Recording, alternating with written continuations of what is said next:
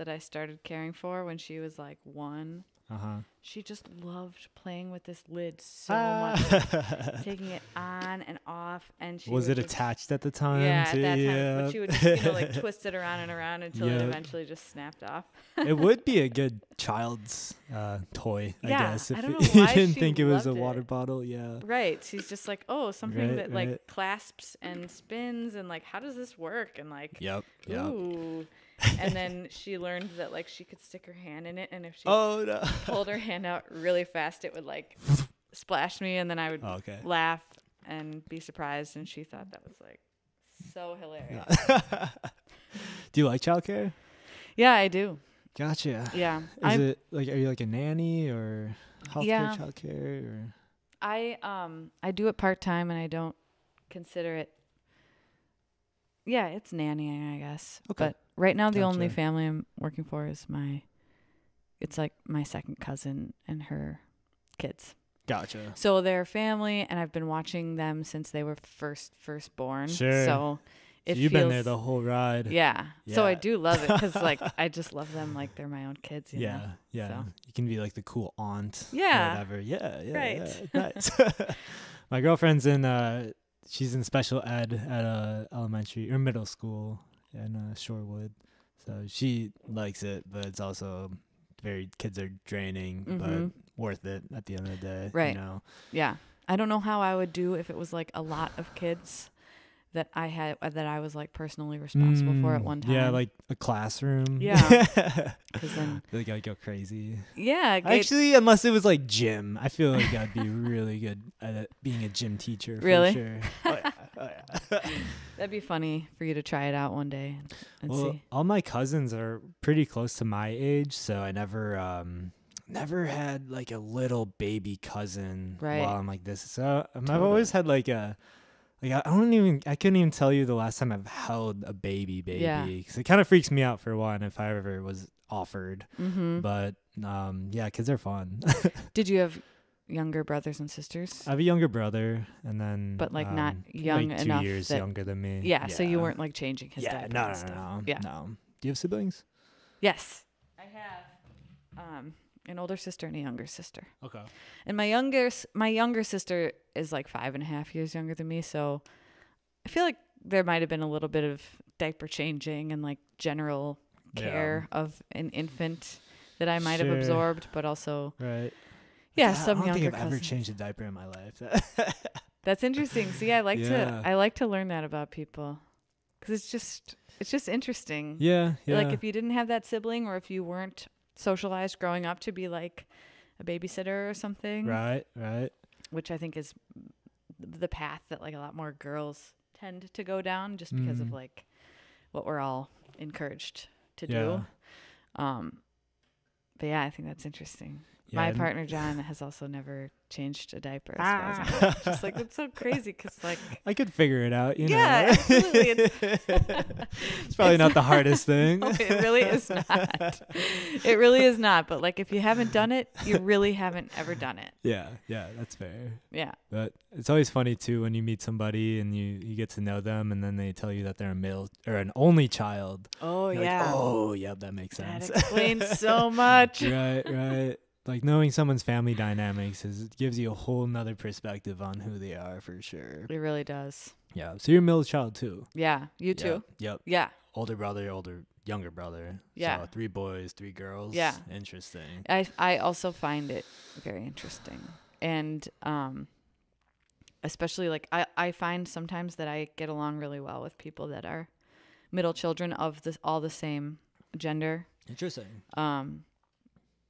Yeah, isn't it? Yeah. I bet we'd have a lot to discuss there. Lots of, I don't know. I've always felt like I was always kind of doing my own thing. I always had to figure it out. Like, I don't know, just never, I don't know, you know, the middle child syndrome, I guess. Yeah. My brother, I always felt like he was just a prodigy child and got all the attention. And then when my little brother came around, it was sort of the same thing. And it's just like, no one cares about me. Yeah.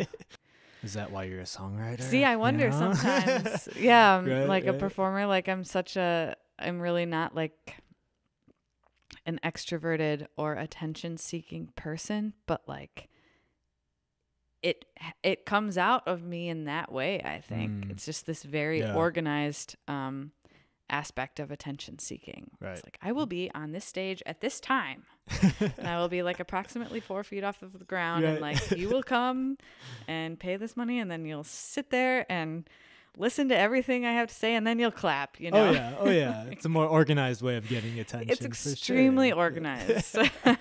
But it's not forced, I feel. Right. It's not like me. It's pretty normal, you know? Yeah. I mean, we think of it as normal and healthy, but there's a lot of people that are like, I would never, ever, ever get up there and do that. Yeah. That is so true. Yeah. That is so true. Are you a good public speaker? I think so. Yeah.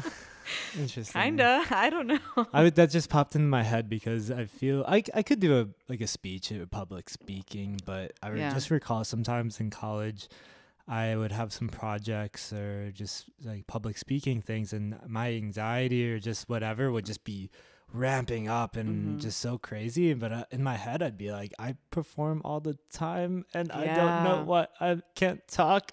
Oh, really? In front of my classroom. Totally. So, yeah, it's interesting. It's different. It's like you're using a different part of your brain, I think, when you're like going and singing a song. And in a way, like, you can be on stage performing a song that you've written, which is such a vulnerable thing to do. And it's like, usually that kind of sentiment is so close to the person that's delivering it. But if that's what you've practiced and like repeated time and time again, it's almost a more guarded way of being in public and being on stage. You know, like for me, it would be much easier for me to just stand up and sing a song than to have to, deliver some kind of like coherent speech on something. I don't know. Or a toast or something like that. Yeah.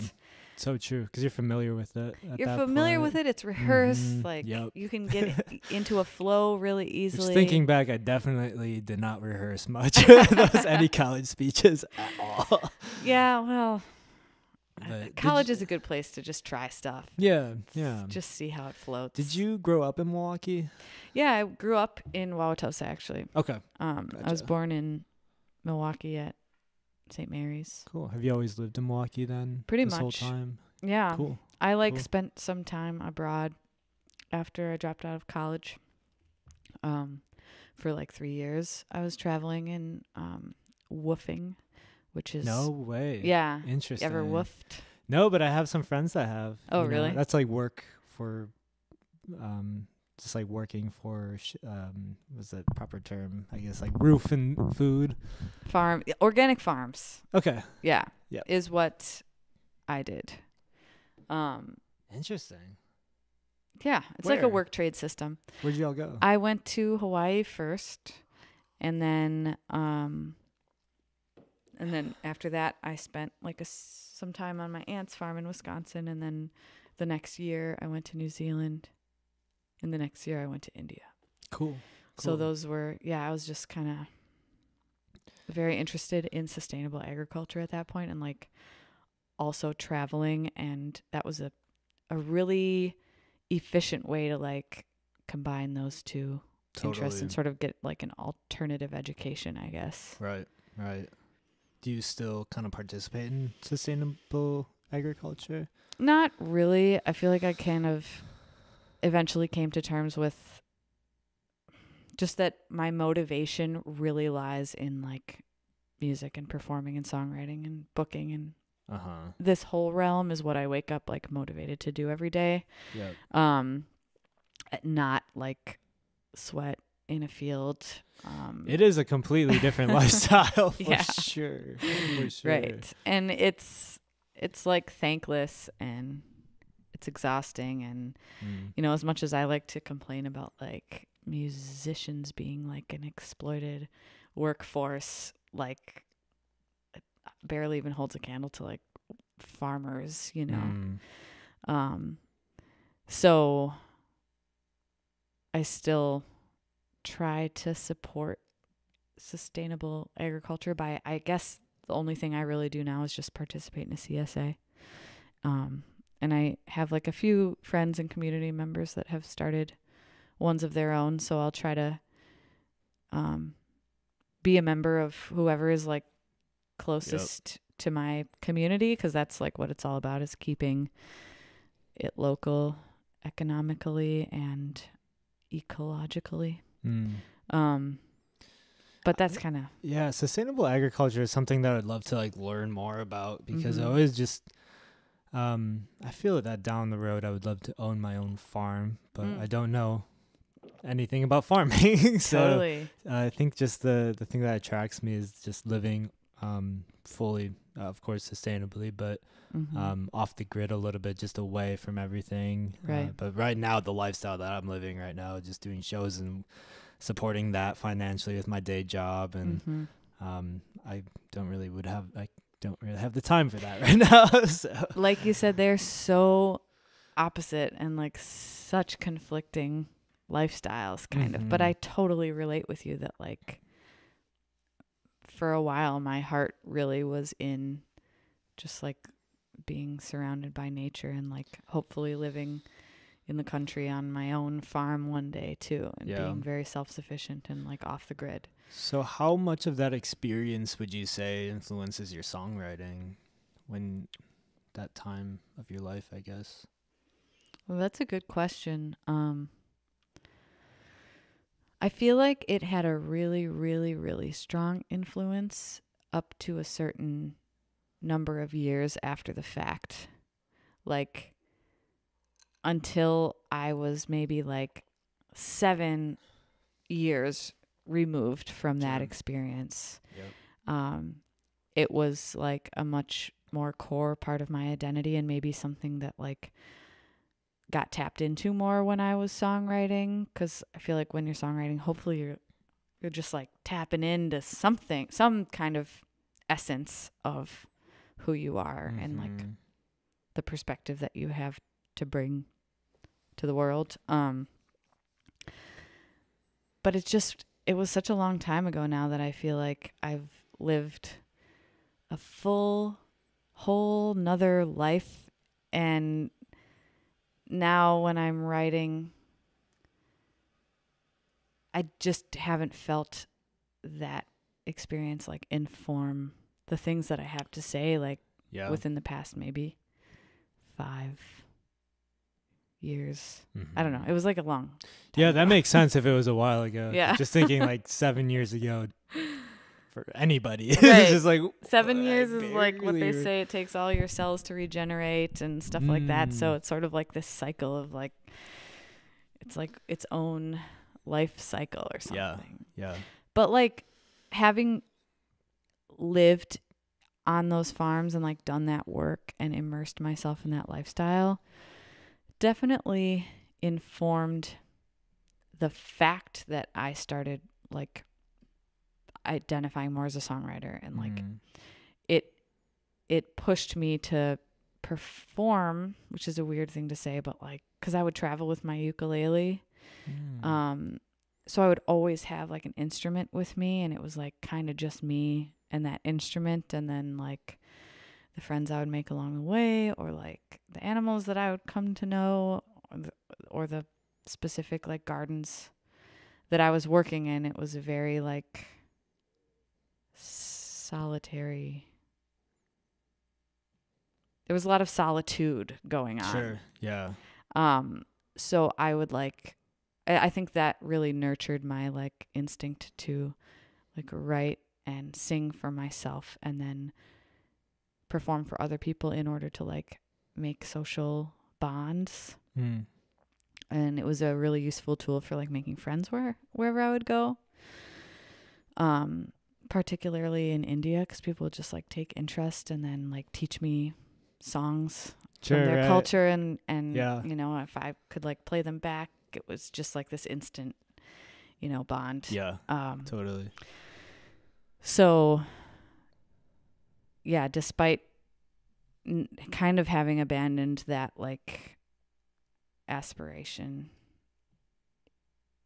the one of living off grid and like on farms and stuff, that experience I think adds to like why I'm doing what I'm doing now. Yeah. It was very formative. Yeah. Extremely formative. Yeah. Sounds magical too. In retrospect, just the idea. Yeah. I mean, it really was awesome, especially Hawaii. It was like a dream. Oh, I bet. Dreamland. Yeah. I was like totally in La La Land, like definitely not seeking out the reality of sustainability or like the realities of farming. It was more like I found a way to like jump right to the ideals or something.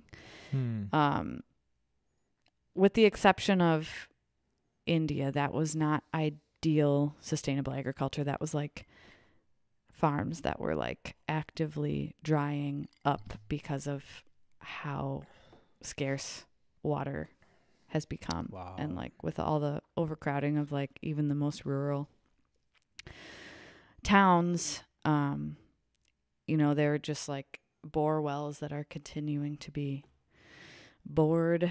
And I remember the family that I was staying with, and it was in like south central India, so not even like the desert necessarily, but it was a dry season, and they were just like, yeah, here's the well, here's where it's supposed to be, here's where it is. Like, it was kind of a grim scene. Yeah. And these are people that were just like in their 60s, just trying their best to like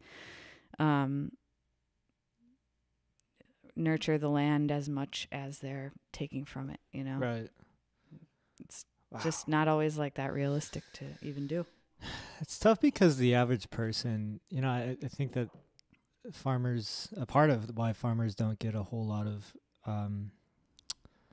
acknowledgement or support is because everyone is like, you go to the grocery store and you get your produce and you just don't even think about where it's coming from. Mm-hmm. And I'm guilty of it every time. Me too. Go. Yeah. And it's just like the consumerism of going to the grocery store or ordering it online and everything is there right where you need it every time. Mm-hmm. But we also have our own limited resources that we have to grapple with when we're at the store. And that is like our literal grocery budget. Like if you're not working with a lot of money where you might not have the luxury to be like, I'm going to make sure that I only buy like organic stuff or whatever, being at the store is like, you're considering your own sustainability, which is, I think enough for some people just to be like, you kind of don't always have the capacity to think about like the farmers and then beyond them, the soil and all that stuff. Yeah. And the consequences of your actions. It's like, you just don't, we're just trying to buy what we can sometimes. And it's not that much, Yeah. Shout out Aldi. I've been shopping at Aldi for 5 years now straight. Nice. I can do all my grocery shopping in probably like 10 minutes in and out. Whoa, that's cool. I know everything I need. You've got your routine. That's awesome. Yeah. And I can make like $68 last me like a week and a half, 2 weeks sometimes. Whoa. And, I got it down to a T. Totally. Granted, I don't cook too often, but I do cook, but kind of the same thing almost every other night. Which is probably a really smart way to have it conform to like a specific budget. Like right. If you know what to make and what you'll need around for it, and like I'm not picky, so I'll switch things up. Like sometimes I'll get bananas if I'm feeling it, or like some fresh fruit if it's in season. Right. But, I'm pretty big on skillets. So skillets. You mean like like a skillet meal, like I cook like it an on egg skillet. Pretty much, Okay. yeah. So I take like tater tots and I put them on the pan, and then basically put in the veggies, like a veggie burger I'll put in there, and then sometimes I'll mix it up with the different types of veggies, but then I'll put an egg on there. Sometimes I'll put it into a quesadilla, or sometimes I'll put some toast in the toaster and then put it all together, and just, it's kind of like this mush, but it's like a fried bread sops it up. Crispy. Yeah. I love the yolk with the bread. It's so good. So yeah, the skillets have gotten me through for quite some time. Nice. And it's kind of a little bit of everything. What are you making your skillets in over there? What kind of hardware you got? It's just a normal pan. Nice. That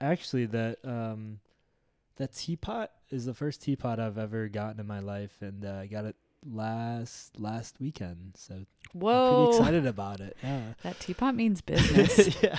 Look at that handle. Because I love tea. My girlfriend, bless her soul, brings over like these like just bags of tea for both of us, really. And every time we make tea, I just got to put in like 2 mugs filled with water into the microwave. Right. Oh my God. Put God. them in for like 6 minutes or whatever. But no, I'm talking business. Yeah. Yeah, it's awesome. That teapot is like understands the assignment. Yeah. Multiple servings of tea in that, that bad boy. Yeah. Yeah. More than one. Yep. And I just love how the handle is like, it's almost like this halo. Thank you. I should have taken a picture of the ones I had to choose from because we were in Madison. I played a show in the Union at the Rathskeller, it's called. Yeah, I've done that. Yeah. And then our friend Darby, she lives on. What'd you say? What about it? Well, we can talk about the respective experiences that we had. Sure. Yeah. Totally. Once you're done. Yeah. This will just take quick. But have you heard of Willie Street in Madison? Are you familiar with Madison? They do that like festival. I guess so. I just found out about Willie Street this last weekend. I never knew it existed, that it was like this street. Older kind of hip part of town. Yeah. Not so collegey. And our friend Darby stays on Willie Street, and that night we went out and had the best time. So many cool bars with live music. And then during the day, there's like this shop of just all these weird, strange knickknacks and art. And there's a bunch of teapots, and Sheila, my girlfriend, was like, you can finally get your teapot. And there's probably like 6 or 7, just all different shapes and sizes. And I was staring at it for like 5 solid minutes and it felt like a big decision. Yeah. You can finally get your teapot. Yeah. I can tell this is something you've been like mulling over. Yeah. It was a big life choice at the time. So there were like lots of different colors? No, they were all pretty much the same color. Some of them were like not so shiny and reflective. Some of them were more of like a mudded metal. And then some are smaller, some are bigger. The handles were different. More wiry, the way it opens. Oh my God. This one was the winner. Yeah. Was there something about the continuous like circular handle that drew you to it? I just think it's kind of funny. I think it's just the overall shape. I really liked the how reflective it was. Like when you're looking at it, you can really like see like a cool like bubble of like a wide lens kind of thing. Yeah, that's nice. And you can open it with your thumb or your finger. Looks like it has some heat protective stuff on the thumb part. Yep, heat protective. And some of them were like the front you had to peel off, like it was a separate piece, like you couldn't just flick it open. I'm not trying to take something off and put it when it's super set hot, it down somewhere. Yeah There might not be enough counter space, and then I'll forget where I messy, put it. Yeah, just spilling hot boiled water all over my fingers. Right. So, yeah, this one could really be a safety I feel like concern. I gotta show it to the camera. You might as well. Real quick, I'll just bring it.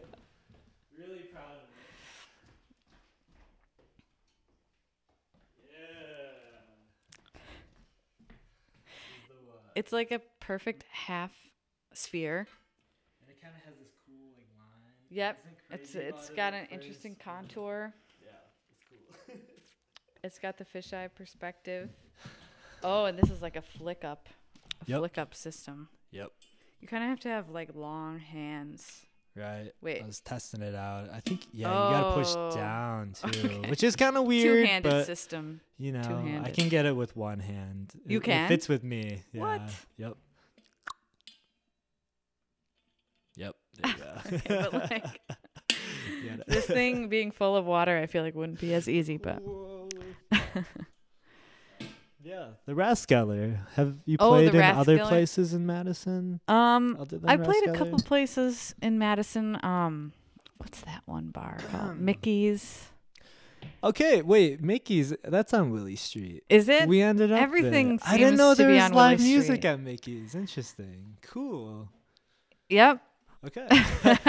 Sweet. And like High Noon Saloon and. That's a really nice venue. Yeah, that was nice. Yeah. And then there was this place, I'm not sure if it's still in operation, called Communication. Okay. It was sort of like a DIY venue. Art in. which was weird. And then the Rathskeller. Der Rathskeller. Yeah. It's like, it's an interesting venue for sure. Because there's like German and scripture all over the walls. And a pitcher of beer is like $18. Did you not get free beer as a performer? Really? No. Did you? I'm sure I got at least a pitcher. Oh, we got free. Jeez. We got a free meal, which was very nice. What were the circumstances of your gig there?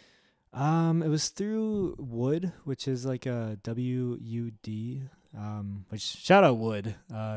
Not calling you guys out for not providing free beer or anything. Wood is really great. They're like an org through UW-Madison, and they kind of bring in or host venues on the campus of Madison. So like the Rathskeller, and then the Set is another one, and the Union South. And I think they do some other stuff, but every time like a bigger national act or something is coming into town, they usually do a really great job of pulling in local acts to open up for them. So we got a really cool opportunity twice now, maybe three, I think twice for sure, to open up for in that situation. Yeah. And then the Rathskeller was twice for those. So yeah. Yeah, really same. Yeah. Who did you open for? The first time was Prep. PREP. Okay. They got that one song that's pretty popular. It's like, who's got you singing again? They're very groovy and very funky. Well, maybe not funky. They have like music chill. out nowadays. They're releasing stuff. Yeah, cool. I think a little bit older.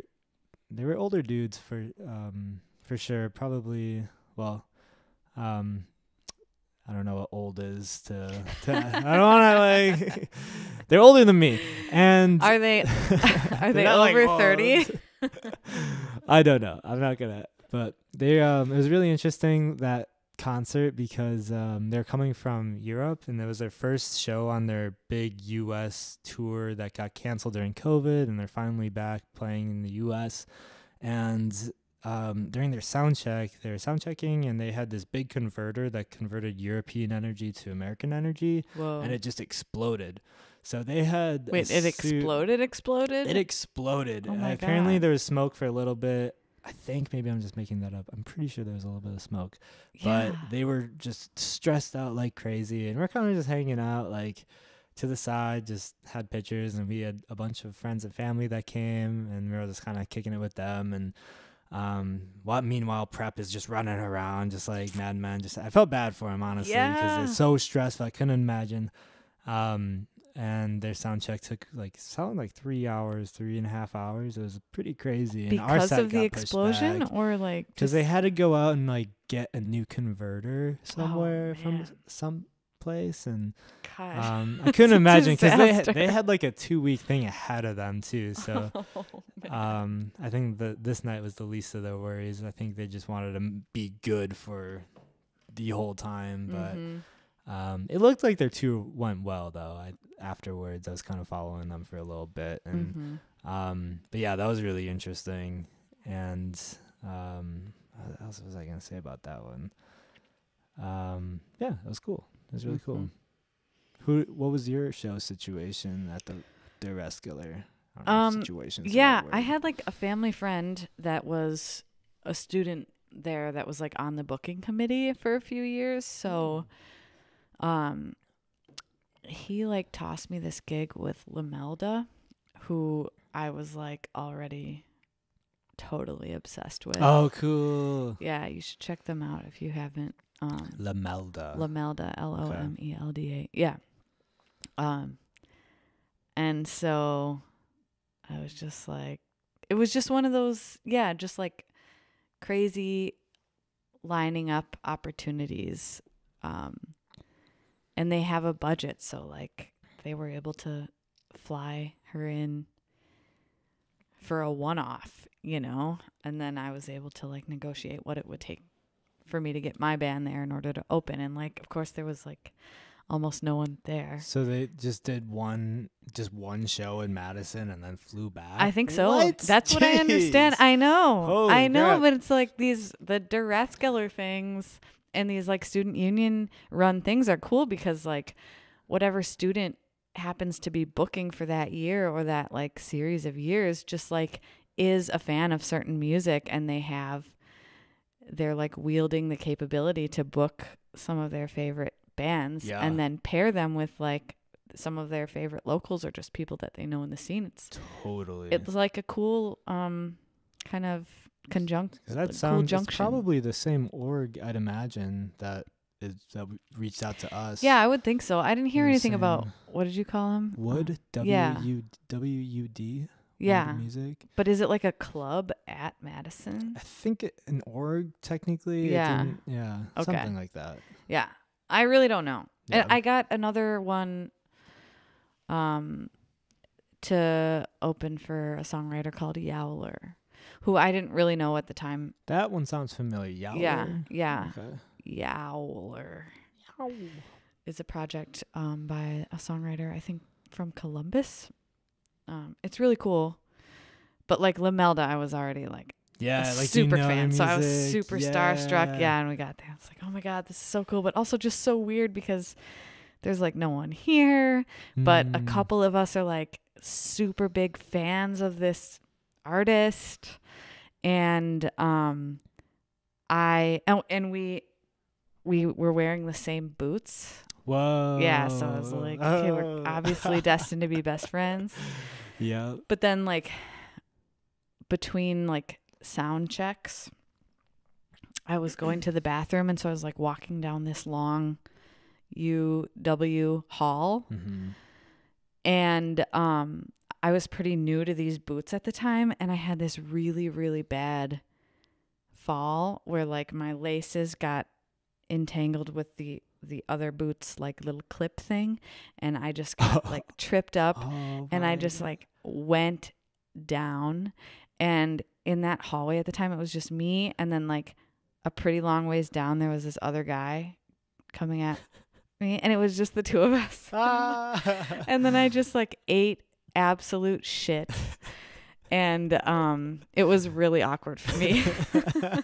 And he like was passing me and just like didn't make eye contact with me at all. That's worse. I know, but like I felt compelled, like I had to say something or do something. So I just like, as I passed him, I like looked at him and I was like, I'm sorry you had to see that. But he didn't acknowledge me at all. I was just like, oh my God, I just made that so much worse. No, you did everything. I think that's on that guy for making it except more I shouldn't weird. have like apologized to him for the fact that like I busted my shit. Right. Like right. that's a little bit too much like toxic, like sorry saying stuff. Right. I mean, I wouldn't think it, like if that was me, I wouldn't even think of it in my head as like an apology. It's more of just like a funny thing to say. Sure. Yeah, like we're acknowledging. Like, yeah. Oh my God. Yeah. I don't know. Maybe something that maybe was more what it was like at the time, but like, I wouldn't think it'd be like I'm just like a very serious like I'm sorry that right. you had to witness this. Forgive me. But those situations are funny for sure. Yeah, they are. I remember one time I was at a party, and there was like a banner that it was like someone's birthday, and it was in the hallway, and I was walking la-di-da-di-da to the kitchen, just smacked my head on it so hard, and then the only person that saw it was someone just right across from me, and we just like laughed, and I was just like, good. So happy we could share in that moment together. Yeah. That's true. Maybe that's what I should have said. We're like, just goofy humans trying to we navigate around. We're clumsy. Right. It happens. And it's always funny when like a stranger, you know, you meet eyes with them and it's like we both think that what just happened was very funny. Yeah. And then you just move on with your life, I guess. Yeah. Those little human interactions are so fun, you know. Sometimes you don't get enough, but right. I feel like sometimes you don't even remember them until like I completely forgot about that time that I hit my head. But yeah, it's just super funny. Can I have one of these, by the way? Did you say that before? This will be our reward for drinking that questionable beverage. What was that? It's called Holiday Party by Company Brewing, I think it is, and yeah, we're not necessarily endorsing it. Yeah, It was, I don't know if I would endorse it. It was not the tastiest thing I've ever had. Love Company Brewing though. Yeah, I love Company Brewing too. Very, very delicious and tasty over there. Happy to endorse the alphabetical order Guava Goza. Ooh, over there. Yep. Interesting. Yep, it's a good one. I feel like I have had the alphabetical order. Do you have a bottle opener perchance as well? I'm so sorry. I'll get it. Yes, I had that sitting there so that we wouldn't have this problem. Oh. Thank you. You're welcome. Perfect. Cool. Cheers. All right. When's your next show? After that. So I've got a little mini tour next weekend with a band that I play guitar in, Julia Blair. Julia is a songwriter that's based in Appleton. Okay. And I started playing with her last year. So, yeah, that band is pretty active, does like the name is familiar. Yeah. Blair. She's played in town a few times in the past year, and like she plays in the Is she playing at the Back Room? Did she just release an album? She released an album last spring, about a year ago. Okay, never mind. I think I'm thinking probably of not the somebody same else. person. Yeah. But she's a member of the band Dusk that's also very active like around the Midwest. So we're going to La Crosse and Viroqua next weekend. Where is Viroqua? It is in the Driftless region of the state. Okay. Kind of like a little bit east of La Crosse. Okay, that's exactly where I pictured it. Yeah. Just right in the... Yeah, and maybe a little south, a little southeast, but like that pocket where it's all very Gotcha. Very hilly and beautiful. Mm-hmm. Yeah, Viroqua was an awesome little town. They have like a cool arts community there. And then on Wednesday, the 29th of this month, I'll be playing at Anodyne with a touring band called Dead Gowns and Mark Waldock's band, which is called the Hallelujah Ward. So are you playing with that band, or are you playing along? I'll be playing my own your set. Own stuff. Cool. Yeah, Gotcha. my own set, but with Julia's band, I'm playing guitar in her band. So there's always a smattering of those kinds of gigs that I do in the area. Yep. You play in a lot of projects, it seems. Yeah, I feel like I do. With I mean, when y'all were doing like when you came up for Field Reports set, for a little bit of context, I saw Caley play at the Boone and Crockett a few weeks ago, and y'all played a really, really sweet, I caught probably the second half, I want to say, of your music. And then the sound in there was absolutely like insane for like how like enjoyable like and chill it was for a full band, and like that kind of, it sounded like I could hear everything. Oh, which really? Made it really good. cool. Good, because we just do our own sound. The there, mix, I was like, how is this mixed right now?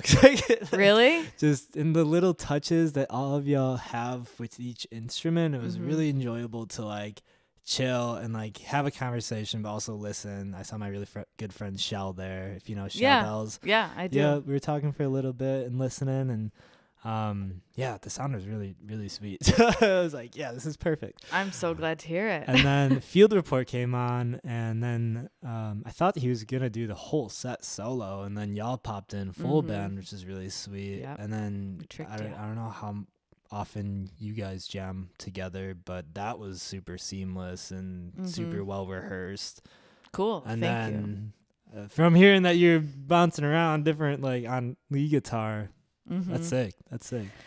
Yeah, thanks. And like I feel like those bands, Field Report, and then like when I do full band stuff, maybe it seems well rehearsed because when like every month when we do that residency at Boone, like it's usually just improvised music that doesn't have to do with the structures of like the songs that Chris and I write, but it keeps us rehearsed like as people that play off of and respond to and listen to each other, you know?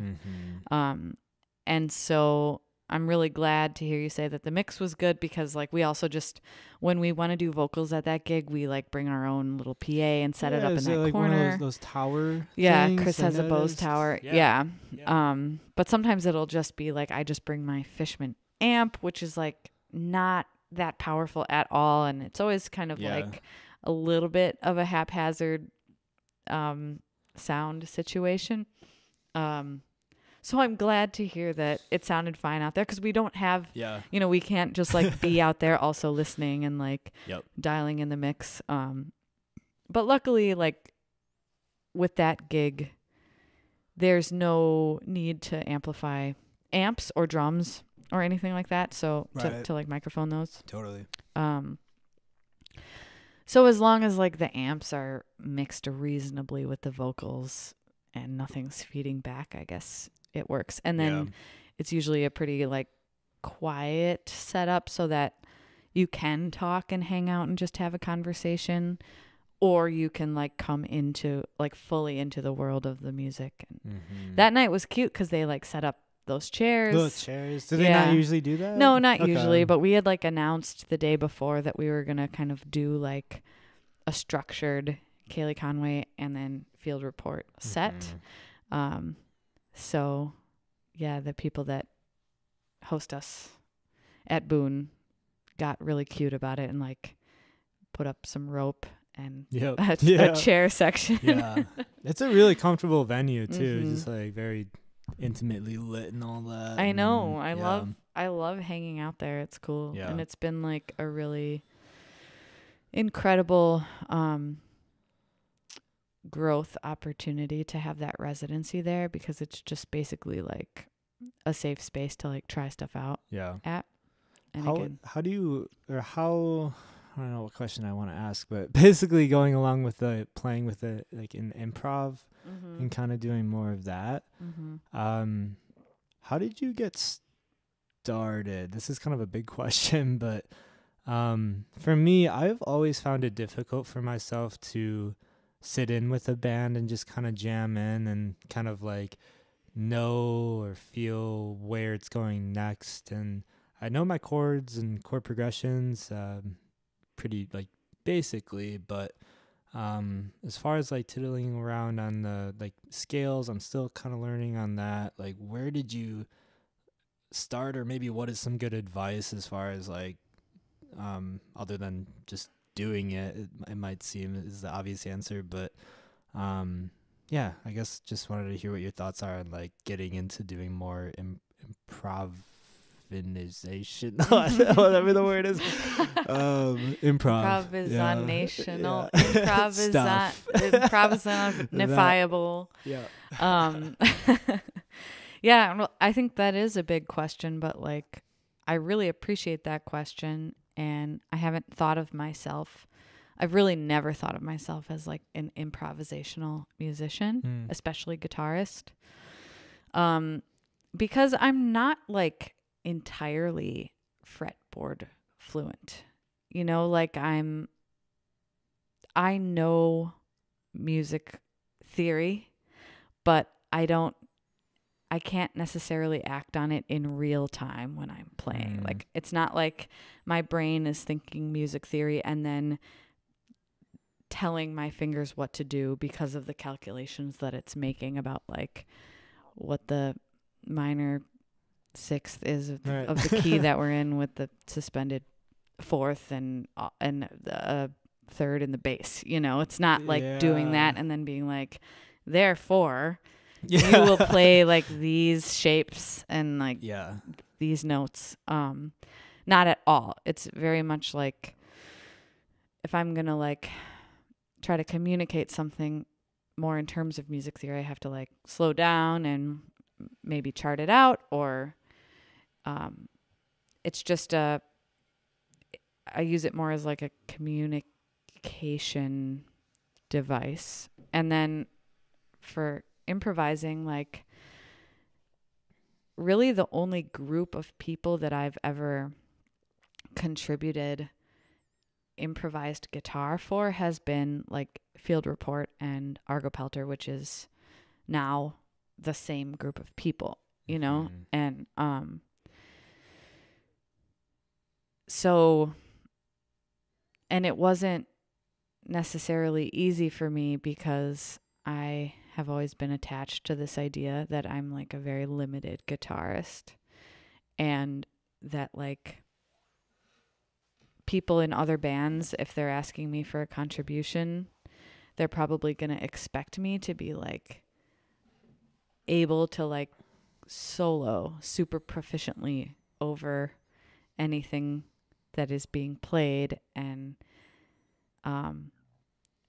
it took a while of like those guys in Field Report, like particularly Chris, like continuing to affirm me without indulging my insecurities, but just like continuing to affirm me that like my just creative instincts on the guitar were like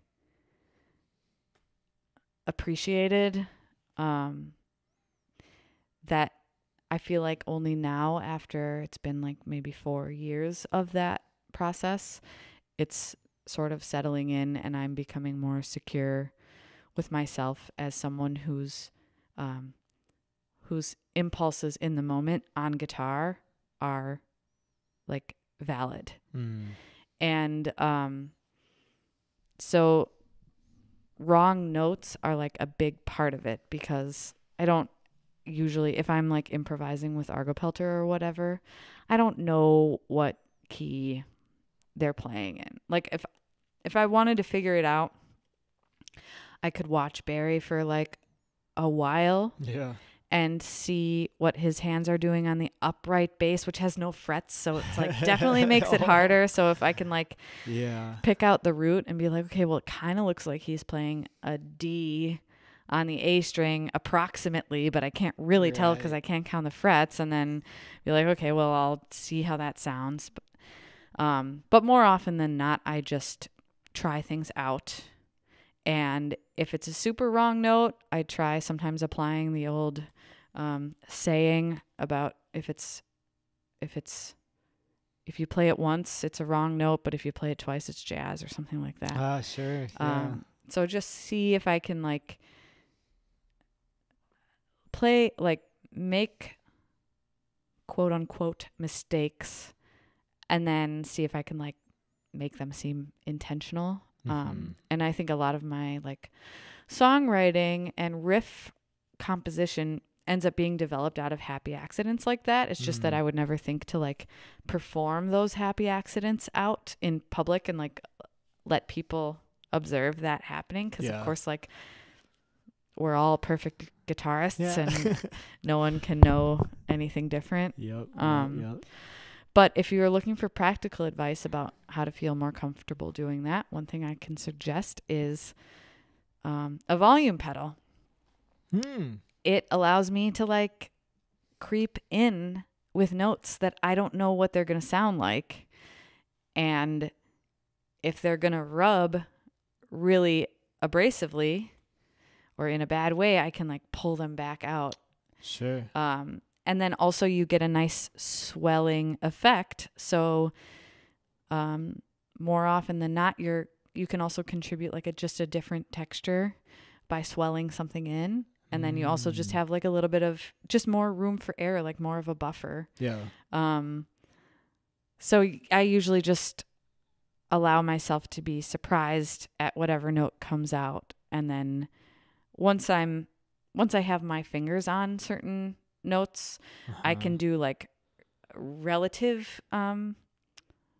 better relative like improv on guitar, because I know like, okay, well, if I put my finger up here, this is going to be the fifth, and like this will relatively usually be in the key, or like, you know, just whole step, half step type of stuff. So that's that. And I often think of a quote that I have heard St. Vincent say, one of my idols.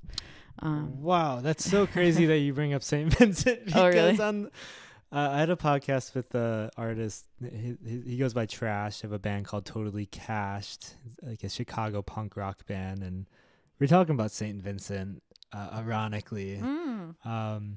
and it started from the movie Saint Vincent, if you've seen that movie. No. And then he was like, wait, like the singer? And I actually, looking back, I was like, I don't know who that is. But then I looked up Saint Vincent. Literally, I think today while I was editing the podcast. Oh, really? I was like, oh, I've heard of Saint Vincent. Yeah. Saint Vincent is the shit. Sorry, yeah. Cool, and she's been around for a while. I didn't know there was a movie called Saint Vincent. But it doesn't have anything to do with her? No. It's really, really heartfelt, but really sad at the end. We were talking about movies that make us cry. Oh, and shit. That's one of the movies that make me cry. Okay, noted. Really good, really good. Well, I have heard St. Vincent say something, to paraphrase, something like around, I know what note is going to come out of the guitar about 75% when I like put my hands on it to play.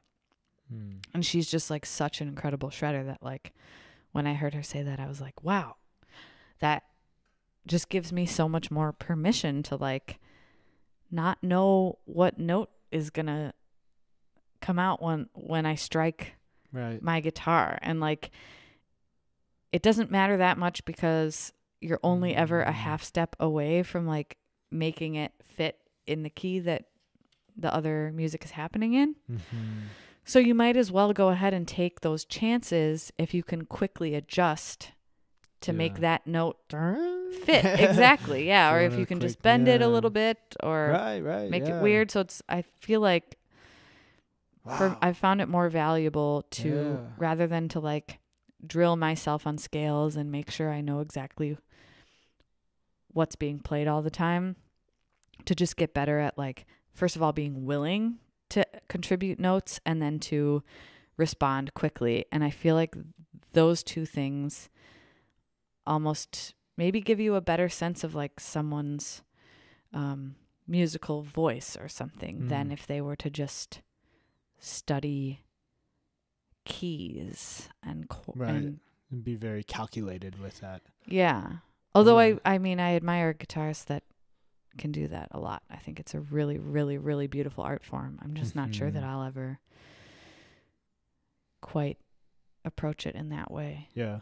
And more and more I'm becoming like okay with it because I'm lucky enough to get so many opportunities to like express myself in the way that my skill level allows me to right now. And I feel like maybe that's no less artistic than being like really, really virtuosic at an instrument.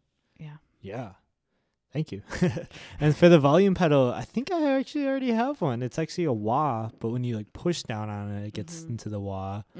But then, I noticed you had that pedal and you're being super flavorful with it on like the like real quiet parts towards like the end or something. And maybe I'll have to try that out sometime. That's sweet. That would be my suggestion. Yeah. It's helped me a lot. Sweet. Yeah. And I've always felt the same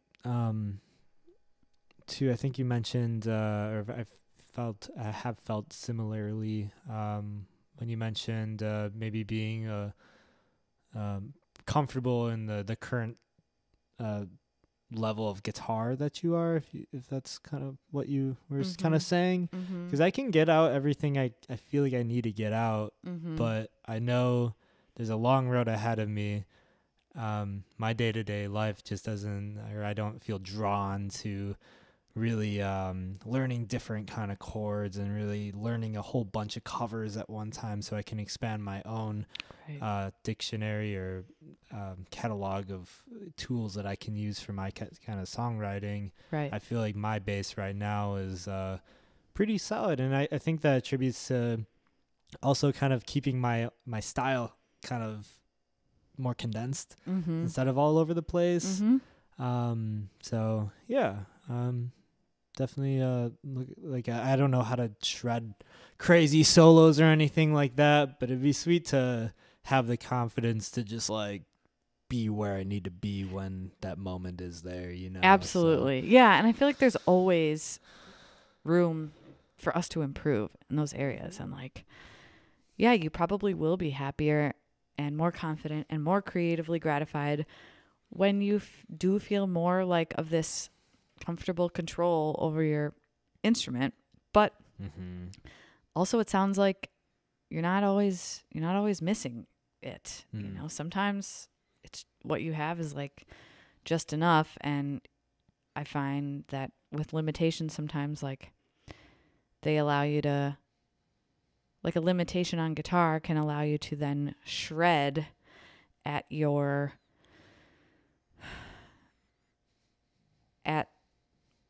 like what you really want to express. So maybe it allows you to shred at like an overall composition or like a songwriting idea, because you're going to use your voice on the guitar, but it's not going to become about the perfection of the guitar. Like that's not the artistic impulse that you're going to try to express. So like I think it can help concentrate those efforts. Yeah. Like you were saying. Yeah. I know what you mean as far as, I felt that when I was earlier on in my career or whatever, and, kind of doing more shows and being surrounded by like being more involved in the Milwaukee scene and seeing musicians doing crazy solos, and specifically jazz musicians, and I'd go to their shows and be like, oh my God, I am not on that level. And I felt very insecure about what I was doing. And my songs are basic, and they're basic in the chord progressions, but I write them from a really deep place, and I've learned gradually that the core of it really isn't in the technicalities of it. It's more from just the raw emotion and how I'm doing it. No one else can do it the exact same way that I'm doing it too, and be really comfortable in that. And I think that younger musicians for sure need to hear that it's okay to not know how to shred crazy chords and know music theory. Just know the basics is a really good start, and just do what feels good. I think is really important in music. Yeah. And I think like the art form really is more, it's communication. And so it seems like that's more where your concern is to like communicate your idea or communicate this feeling that you're having, so that hopefully somebody on the receiving end will like pick up what you're putting down and like connect with that feeling or that story or that experience. And I think in a way that you can communicate all those things with really technical or like fast playing, but it seems like a harder, more roundabout way of doing it sometimes.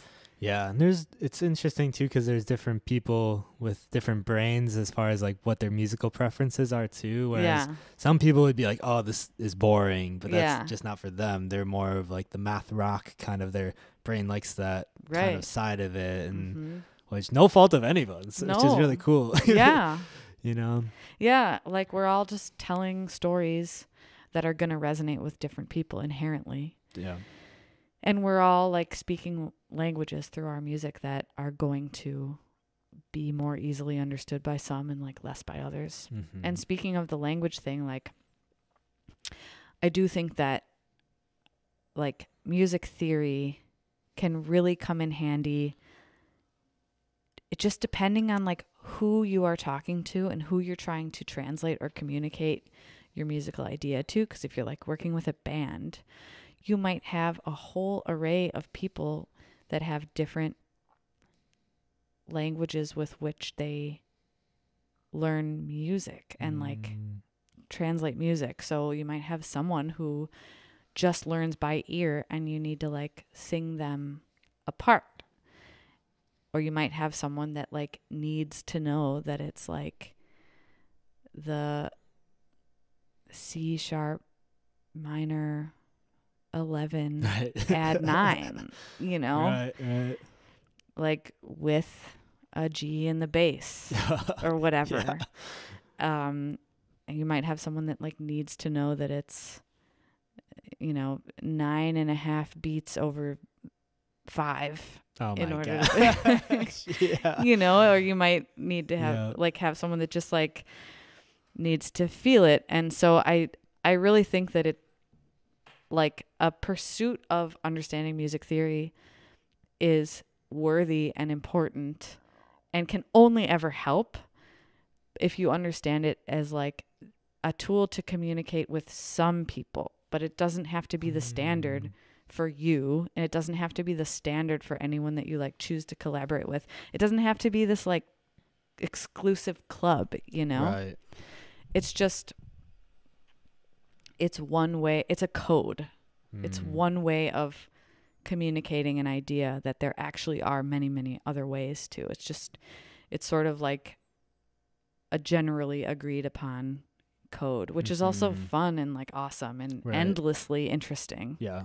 I like music theory and stuff. Yeah. Just because it's like this big puzzle that all kind of weirdly fits together and like twists around itself. It's like, why not? If you're constantly surrounded by people that speak the language, you know, why not? Why not start to learn? Right. So you have 2 EPs out right now, on Spotify and everything. Do you have any more music out, or is it that right now? I do have more music out. I used to put all my stuff as it came out, like on Spotify and the streamers. So, as it stands right now in my entire like discography, it's this full length that I did with my old band, Caley, Conway, and the Lucy Cukes back in 2016. And then like an EP, and then like maybe the first Christmas album, and then another EP, and then the second Christmas album, and a few singles. And then, but like so all that stuff is on Bandcamp if you want to see like everything that I've ever put out. Gotcha. And then in 2020, when we all started kind of going into like lockdown and a quarantined lifestyle, and the whole framework of like what I was doing in music seemed like it was being just like burst open, and there's a lot to consider, like why am I doing certain things? And so I like took all my music off of Spotify and the streaming platforms. I just took it down from DistroKid because I was having like kind of a moral quandary about it, some moral qualms, and like just wanted to like sit and think about it all. Yeah.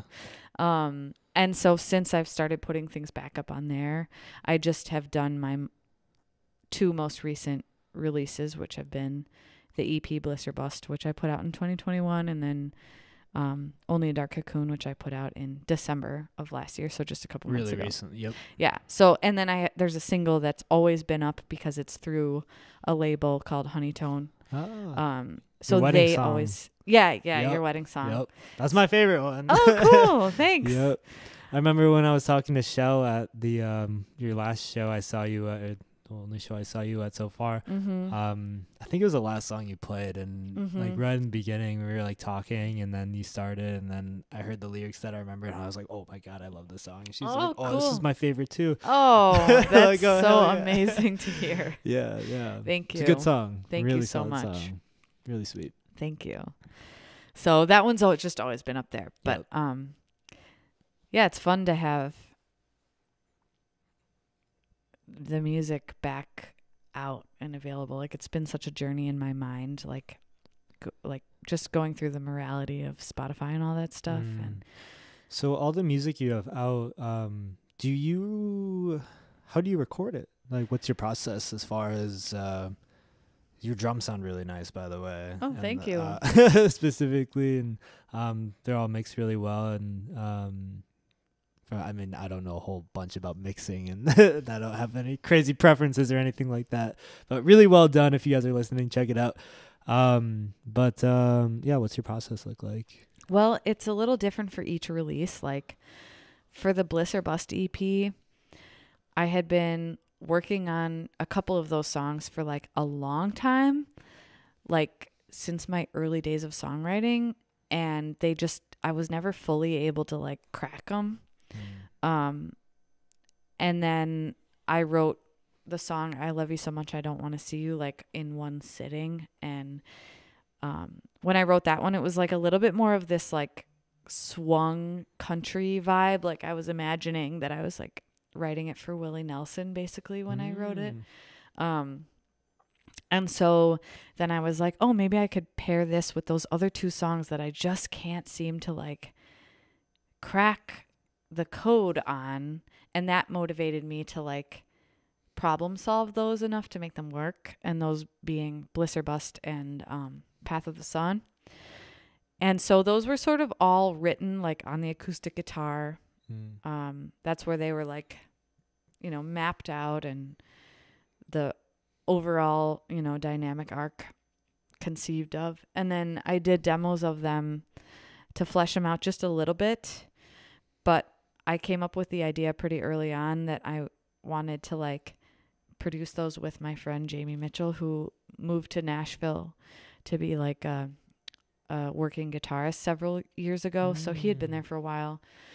And I had heard some of the stuff of his own that he like recorded and mixed. And I was like, damn, this sounds really, really good. And I feel like the things that he does just inherently are like steeped in this Nashville flair because that's like what he's surrounded by and like absorbed in, and the artists that he's like contributing to and the producers that he's working with. So I was like, I just feel like it'd be really cool to like kind of dip these songs in that style a little bit and embrace the kind of like countryish Americana aspect that I always felt like I was trying to bust out of something I'd been pigeonholed into, which was like this like country folk kind of thing at the beginning. And then I was like, well, fuck it, maybe I could just lean into that and see what happens. And so I just demoed them out like with a couple drum ideas, maybe like a piano idea, and some backing vocal ideas.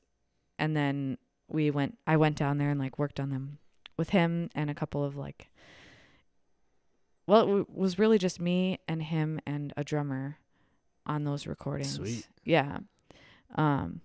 So that was that process. So for the finished product, it was like all my friend Jamie's like gear. I think mostly his guitars. And like he more or less engineered the session and he like mixed it. Okay. Which EP was that for? That was for Bliss or Bust. Bliss or Bust, okay. Yeah. And then Your Wedding Song was also like something I had sent as a demo to a studio called Honeytone in Neenah, Wisconsin. And they do a project where they'll full on like produce singles for certain artists, like kind of in the region. Yep. And put it out on their like Bandcamp label. And so they reached out to me about doing a collaboration, and I was like, sweet, because I was like a big fan of some of the stuff that they had engineered. And so I went up there for a weekend, and we basically like worked Your Wedding Song out at their studio, which has like really, really nice outboard gear, and like they have a ton of like really nice instruments, and like they're just a very cool, capable production team that seemed to like click with that song right away. So that was that. And then for Only a Dark Cocoon, which was the more recent EP, that I fully recorded and mixed myself. So it was like cool, completely self-produced. Sweet, yeah. So it was a very different process. Yeah. Which I'd had a little bit of practice with from the Christmas EPs that I put out, which basically like I made as an experiment into learning those production. Sound fun. Those sound fun. Yeah. Always wanted to do a Christmas song. You might as well. I feel like it's a really like low pressure. Yeah, low pressure way to like learn what your production style might be. Because Christmas music is like always hungry for a new twist. Yet it's so familiar to people. So I just found it was a really rich like starting point. And then had really enjoyed that process. I really do like Singular Control a lot. As much as I mean, there is absolutely nothing like collaborating and playing with other people and having it click, but like I'm also just a very like, I just want to know what happens if no one else's ideas are on it and I just allow myself the space to like fill this out.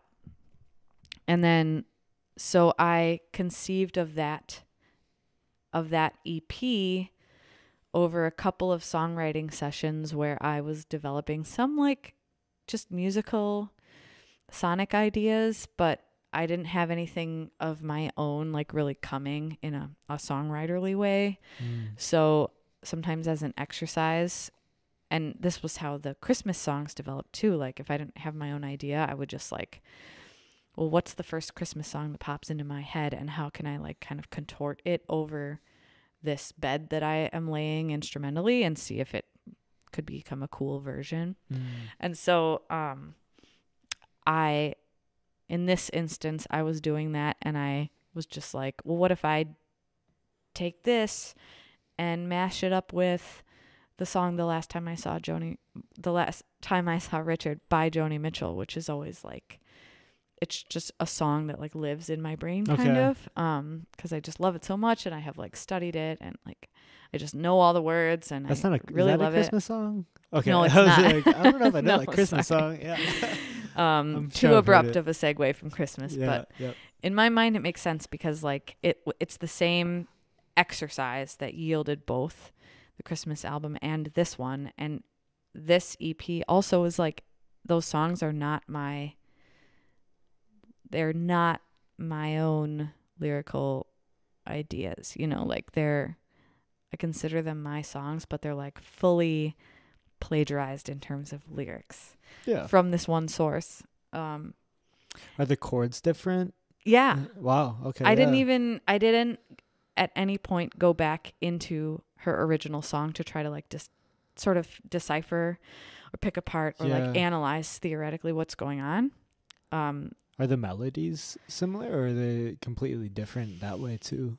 The melodies of the lyrics are, in my mind, I sang them as exactly as I could. But over like different chords and different movements of chord and like relationships between chords. So I tried to stay as true as possible to like the melodies of those lyrics. The lyrics are not all necessarily in order.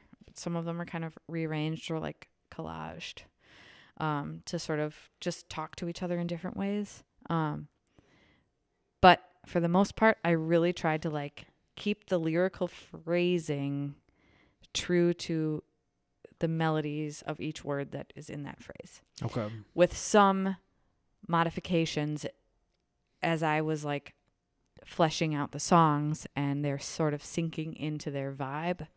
There were times where I'd be like, I just think that this one would sound cooler if the melody was modified like a tiny bit. It didn't go quite as high or whatever. So it became sort of a hybrid of those things. But for the most part, I like pride myself on the fact that like the lyrics and their melodies are almost just like copied, like just taken right out of the original source and like kind of plopped onto the instrumental sonic worlds that I was creating and just like see how they float. It's like a remix. A little bit like a remix.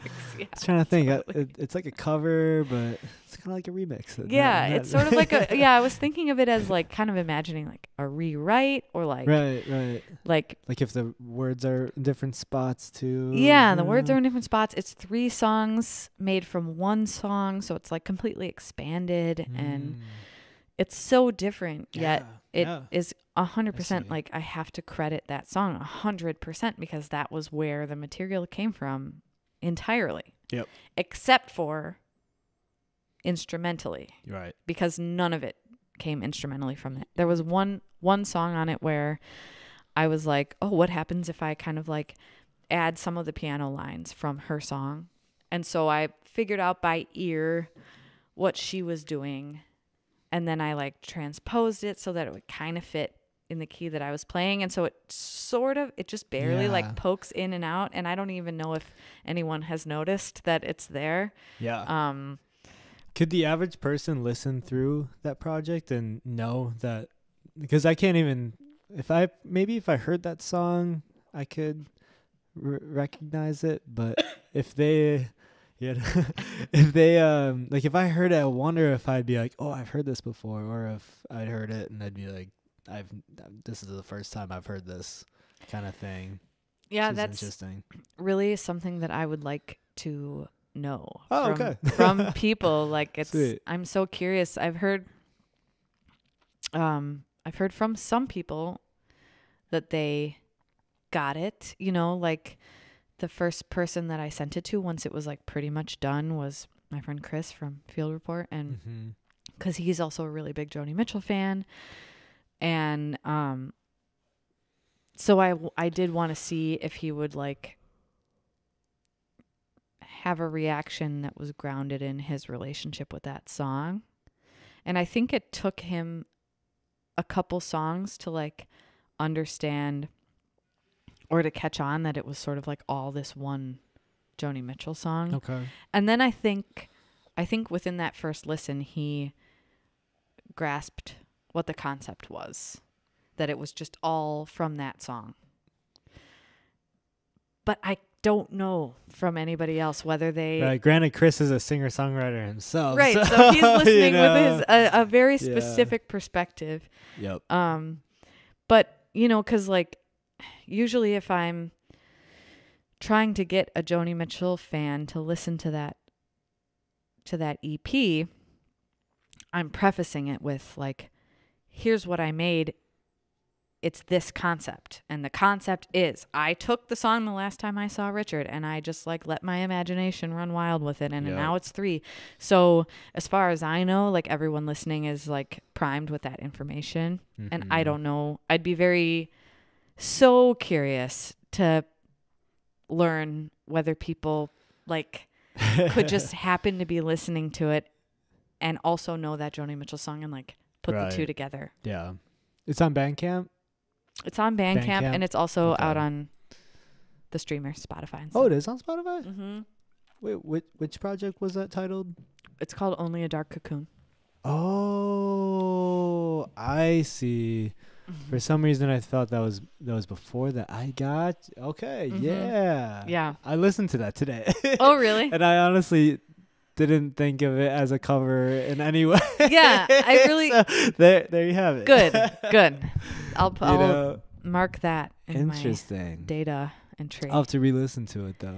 Yeah, and maybe give the original Joni Mitchell song a listen and like see. Yep. But also, like, I'm very proud that I do think that the EP stands alone, and it's not just for Joni Mitchell fans. Like I think that it can like live in both of those realms. Yeah.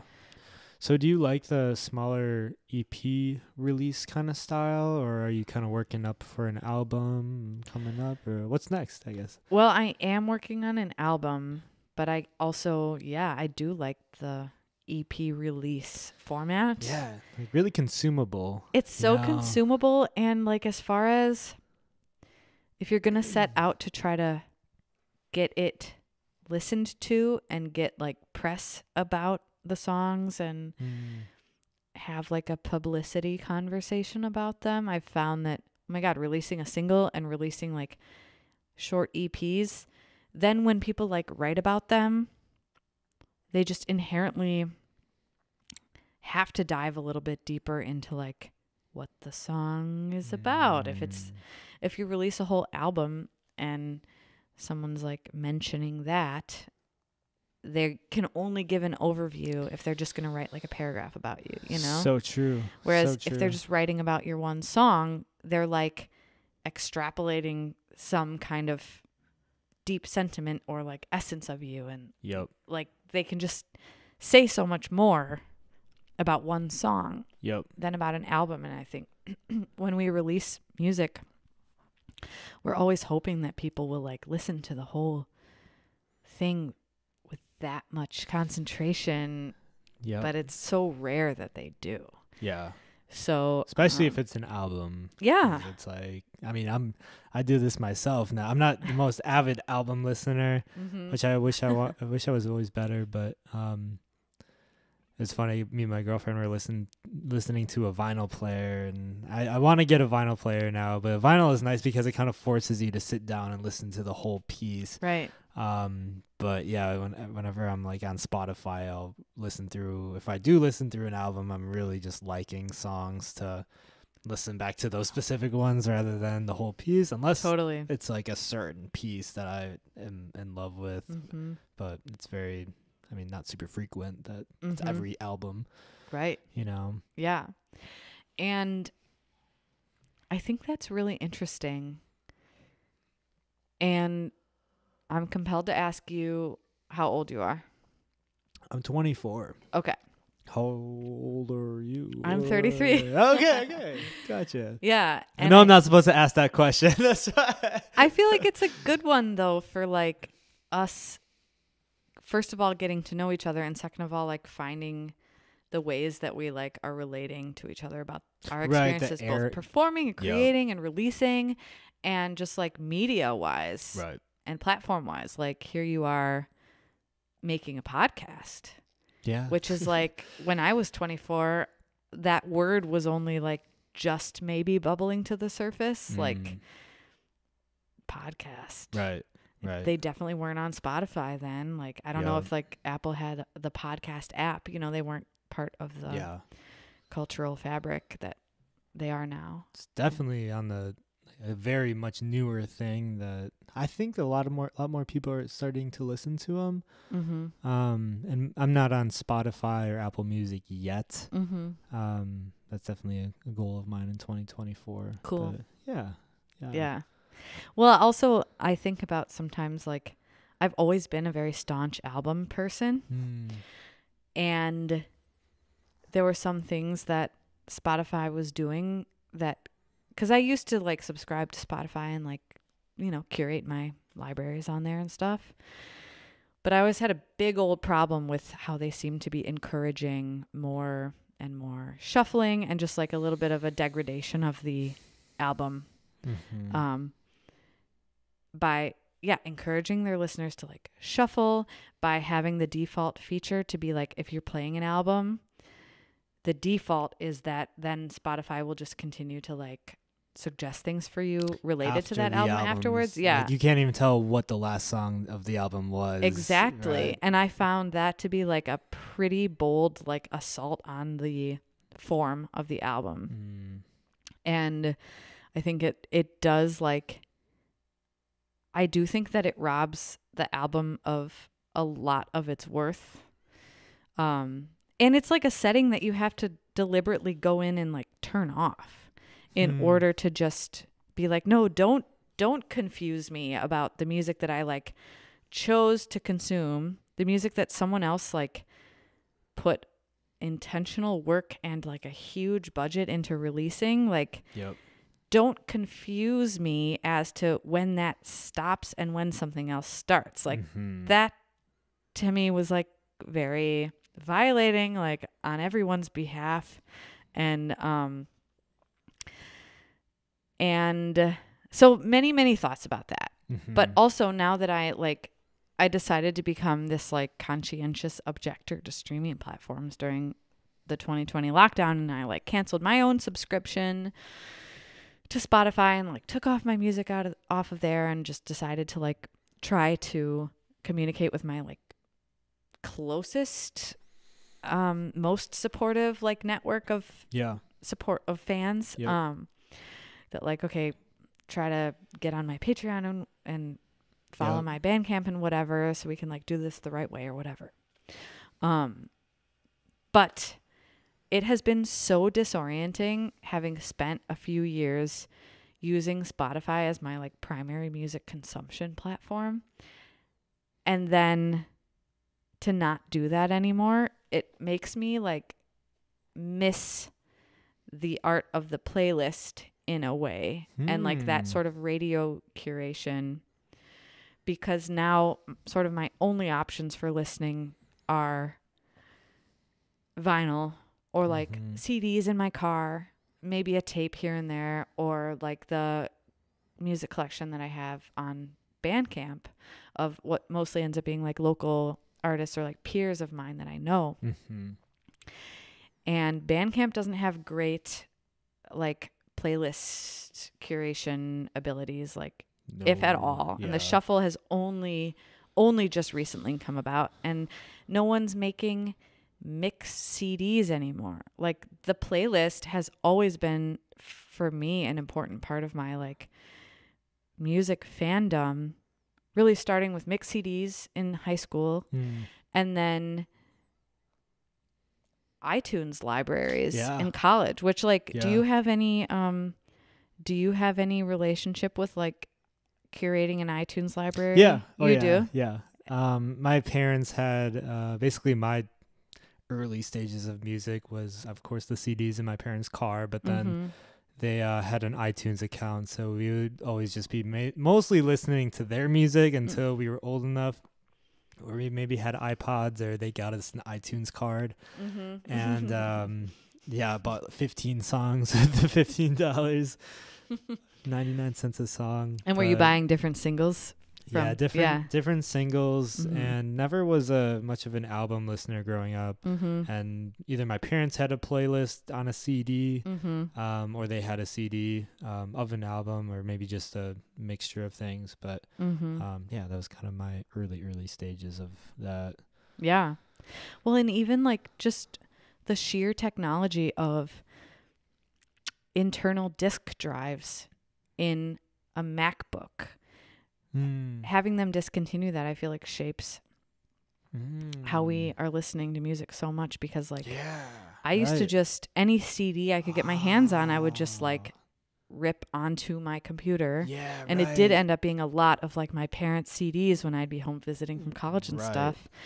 It'd be like, oh, cool, I've heard of this band. They have that CD. Awesome. I'm going to just take it now. And then, 'cause like immediately prior to that was sort of like the whole Napster debacle, where it just became like, oh, well, we're just going to send files back and forth to each other and be like sharing MP3s. And so swapping CDs with friends, I would like check them out from the library too and just rip them onto my computer. And you just build this amazing file. Like, I mean, certainly pirated. Yes. Yep. Certainly pirated. And in a way, like maybe even more so than the system now, where like at least the artist is receiving a fraction of the penny for every time you want to consume their stuff. However, you're right. Right. I feel like the true difference lies in like the fact that you as the listener, maybe you like pirated that MP3 file, but now you value it as something that you own, because you like actually do own it, and it's in your library, and you had to do some work. You had to do some work to get it. Like you probably were exposed to to that. Like, how were you introduced to that song? You went to the effort to burn it because maybe a friend shared it with you and it got attached to some sort of sentimental memory, or like there was enough of a motivation for you to then do your own work in order to like attain and harbor that file. Yeah. And so I just think that a lot is lost now that we can take all of those processes for granted, like both the introduction to the song, because so many things now are just suggested like by the algorithm and in true isolation, and then people just don't seem to value like actually owning the songs. Yeah. It definitely takes away a physical aspect of it too, especially with vinyls, where you can open it up and look on the read the lyrics, like read along with the lyrics. And I just had a band from Milwaukee called Spoy on, and they're all pretty avid vinyl collectors, and I was talking to them about it, and they were saying that like a pastime that they sometimes do, and they all used to live around or had friends who were all collecting vinyl, and a thing to do is literally just put on a vinyl and just sit there and read along with the music and just really absorb it. And I was like, dang, that is such a like cool way to just dive into music physically and just like a few different senses at all at one time. That I've never tried before. So it really motivates me to get a vinyl player and maybe try that too. And I'd be curious back to the roots. To hear what you think. And it would be interesting for you to do like a segment or two on your podcast where you're like reacting to what that experience was like for you. I think it could be really interesting. Yeah. Because I do it sometimes too. Yeah. And it's not as easy as it used to be to just sit around and listen to music and have that be enough. Like, put your phone away. Right. Just take some time out of your schedule and just listen. You know? Like I think we've really been conditioned in a way to like need to have more things to do than that. Yeah. And I think that the format of listening on Spotify, like it's so ultra convenient that it can slip into our lives so seamlessly that like we pair listening to music with things like driving or like doing chores or it's always got to be stimulated. Working. No matter what you got to do. Yeah. What you're doing. And music pairs so wonderfully with those things and it makes them all so much more fun. Yeah. However, it is also its own cool thing, but like even for me, it's very hard to just sit there and listen to an album, even if I love it, because I'm just like, oh, well, I have to go up and I have to make sure that my water bottle is near me. I never go out of 20 feet of that thing, you know, or like, oh, I better send that email that I forgot to respond to, or like, and it ends up that I just need to have something that I'm doing with my hands if I'm going to like be sitting around listening to music. Yeah. And that's where the liner notes and the tactility of the vinyl record really do come in handy, because like you can occupy yourself for a little while with like flipping through the liner notes, looking at the images, like contemplate the artistic choices, the layout and design choices, and then ultimately like the lyrical choices if they have them printed in there. And then that could go on to looking at the production credits and stuff. So one thing they mentioned too is that you can't go onto Spotify and see like, oh, like I really wish I could know who plays bass on this song or plays drums on this song or who produced this. Right. Whereas on the vinyl, you can just look at it right there. Yeah. And Spotify, it's like, why don't they have a feature where you can really just open up a song and see exactly and like learn what it all was like? Yeah, it's trash if you ask me. And they're like, saying Harry was like, I think that's intentionally keeping it separate from that, so you're just consuming and I wouldn't be surprised. Like I'm sure they've thought about it, right? And I'm also, if you can't tell, like I'm incredibly cynical about Spotify and like about their tactics. And you know, they're very, very, very adept at what they do.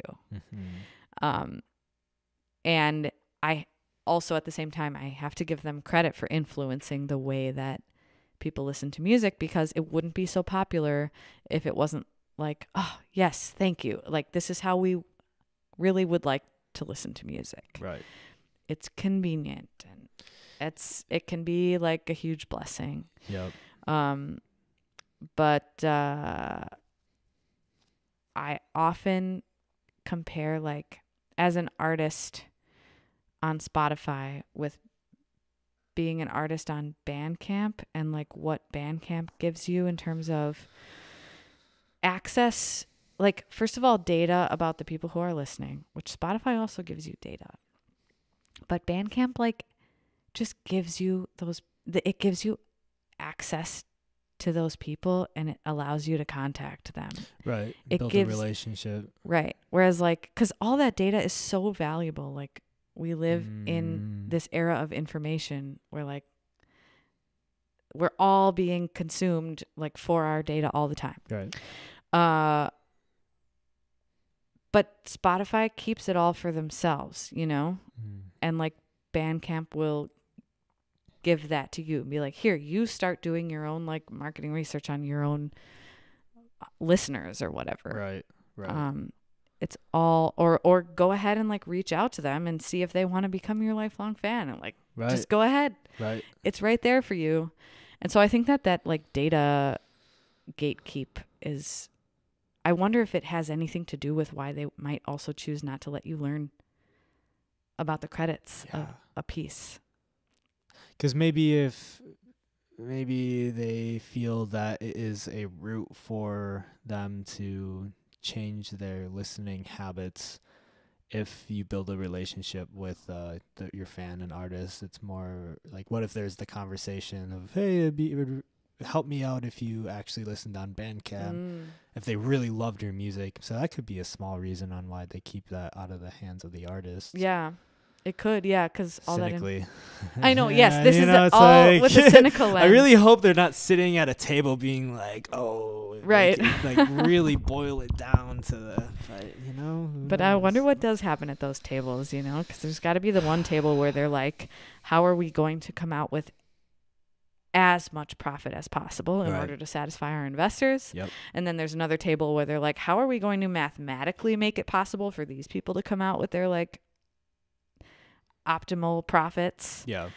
And then there's maybe like the psychological table where they're like, based on all of this like psychological research, and people behave this way and this way, and then so I wonder what those conversations are like. I can really only speculate. It is interesting too on how the listening habits are changing, and where you were talking before about once you're finishing listening to an album, it just goes to just a random shuffle basically on what they think you might like. Whereas if you're probably like a 12-year-old kid listening through an album and it's like life-changing, and then you don't know what else, like you don't know anything different from that listening habit. You know, you're just being kind of that's always been your listening habit, is the quick playlisting, the shuffle, you're never really motivated to listen through a full album. No one kind of teaches you that unless it's like a close friend or a parent, or you grew up with a vinyl player. You know, it's a very small niche kind of thing now, where it's so accessible to just get a Spotify account and just do things the way that they have them, which is very kind of dangerous. And it doesn't give a whole lot of flexibility to the listener, but it's like shaping the listening habits of the greater culture. Yeah. You know? Do you think so? Because like I kind of do. It's interesting because what it offers is the world of options, the whole entire universe of options. It offers to you as the listener, as the subscriber. But then at the same time, I feel like it can really kind of like homogenize what you listen to as a listener, because like it's giving you all these options, which kind of have the effect of making you just sort of throw up your hands and be like, okay, well, I'll just sort of stand in this current that you're going to like deliver me, and I'll just sort of like let it wash over me. And so you're getting your suggestions based on what's coming down this current, like from them. So I just think it's interesting that like the appeal is option and convenience. And maybe one of the results is that like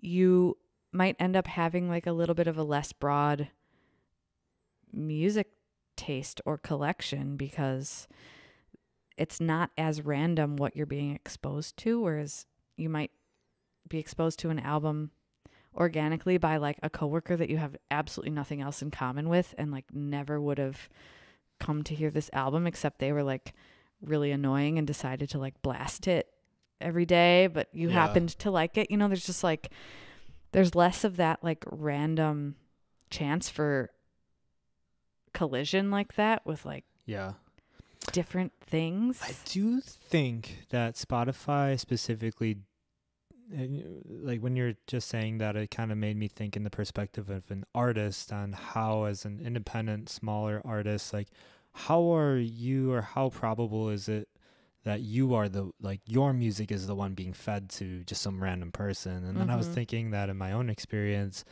I've had some people reach out over Instagram and be like, you came up in my Discover Weekly or something random like that, and listen through the rest of your other music, and I love it, blah blah blah, and all this like really awesome feedback, and it's then follow them back, and we've had some conversations here and there, and then that's kind of like building a relationship from that. So I do have Spotify to thank for that Discover Weekly and that random algorithm kind of thing, but part of me wants to think that once you get up to the higher playlists like Rap Caviar or Indie, like the big playlists, it's and I think naturally it would, when there is a big playlist like that, there would be, of course, competition. But I think that just hearing from other people talk about it in the music industry, it seems like those are pretty slimy and like gatekeepy. You kind of got to know the right people to get on one of those big ones, but that's like big,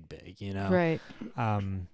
But there are benefits, I guess. And yeah. Well, I'd be interested to hear more about like how that has worked out for you, and like how consistently does that happen for the music that you put out, and do you make any concerted effort to try to like appease the algorithm, like, you know, by following the sort of prescribed, like, oh, release a song every 2 weeks, and like do all this posting about it, try to get added to as many playlists as you can by the people in your community, so that Spotify notices this bump and then like puts you on playlists, and then the cycle they talk about being like 2 weeks, and then like if you keep feeding it at the height of its cycle, like, do you do any of that stuff in order to get those results? I don't, but I've looked into it, and just like all of that makes my head twirl, and I have had those thoughts and those conversations with people, and boiling it down to like what's really important at the end of the day, what am I really want to spend my time with. Right. I have used to the extent of Spotify, like I've pitched my songs as you can on Spotify, no luck there. And then I've done Submit Hub before, which is like this playlisting thing, and I've gotten pretty lucky on there. You kind of got to get lucky, and those can be kind of gatekeepy a little bit, but pretty accessible to the average, I guess, local indie artist or independent artist. And then recently, I'm just still trying a few different things with like music marketing. So I found this guy. His name is Ryan. He runs the Indie Music Academy. Yes. Yeah. Okay. Dude, cool. I tried that too. Like a month ago. Really? Okay. I tried it for one song. Probably same deal. Really? Have you heard back anything yet? Well, I got put on this one playlist. Oh, you did? It's super funny. Yeah. Okay. It's nice. like, so I got put on one. It's called like Chill something. Hey, okay. Yeah. And like, it's like some Adele, some Billie Eilish, and then like there's like a couple hundred Conway. songs that I'm like down towards the bottom. And yeah, that dude's promise is like 10,000 streams. Yep, that's a thing. Or you can get your money back like proportional to how many streams you like. Dang, that's a pretty good investment, I guess. I know. I thought the same thing. I was like, well, I'll just give it a try, I guess. Yeah. And so it's been like less than 2 months, I think, and the song that I like submitted to them has like 7,000 some now. Oh, but it's just from that one playlist. Like that one playlist, I don't know what is going on with it, but it just has like, I don't know, upwards of like 100,000 like listeners or something. Yeah. So there's like just lots of traffic. 70, just like lots of traffic. So it's interesting in my insights, like, yeah, the numbers are looking better. So I consider where my money is going into is really just the optics of like, okay, when people visit my profile, it won't be like utterly pathetic if I'm trying to get them to like book me for something, or right. Yeah. or whatever kind of like opportunity I might be reaching out about. Yep.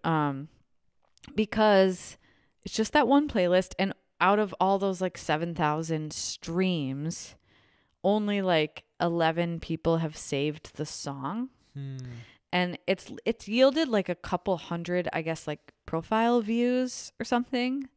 So like that's good, but I feel like the real measure of success would be like how many people are saving your song and like intend to listen to it later in order to get to that place that you were describing about like maybe they find you on Instagram and reach out and be like, I love your stuff. And you're like, awesome. Welcome to the awesome world of being my fan. Like, cool. Let's go. And it's like at the end of the day, what's the end goal of where you want to get that listener from the moment they hear your song and they like it? Yeah.